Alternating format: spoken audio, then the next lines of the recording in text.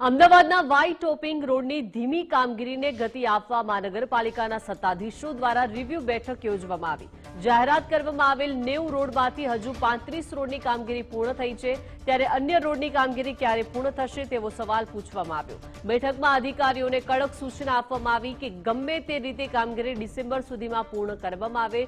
જે કોન્ટ્રાક્ટર કામ પૂર્ણ ન કરી શકે તેમ હોય તેની પાસેથી કામગીરી લઈ અન્ય કોન્ટ્રાક્ટરને સોંપવામાં આવે, તેમજ જરૂર જણાય તો પેનલ્ટી પણ વસૂલવામાં આવે।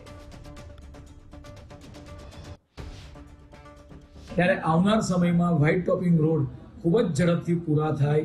નવરાત્રી અને દિવાળી પહેલા જે રોડનું કામકાજ પૂરું થઈ ગયું હોય 90% 95%, જ્યાં સાઇનેજ લગાવવાના હોય, કેટાઈ લગાવવાના હોય, આ બધી જે નાની નાની કામગીરી હોય એ દરેક બાબતનો આજે રિવ્યુ કરવામાં આવ્યો છે અને આવનાર સમયગાળામાં જે રોડ હાલમાં વર્કિંગ કન્ડિશનમાં છે એ દિવાળી પહેલા પૂરા થાય એ માટેની જરૂરી સૂચના પણ આપવામાં આવી છે।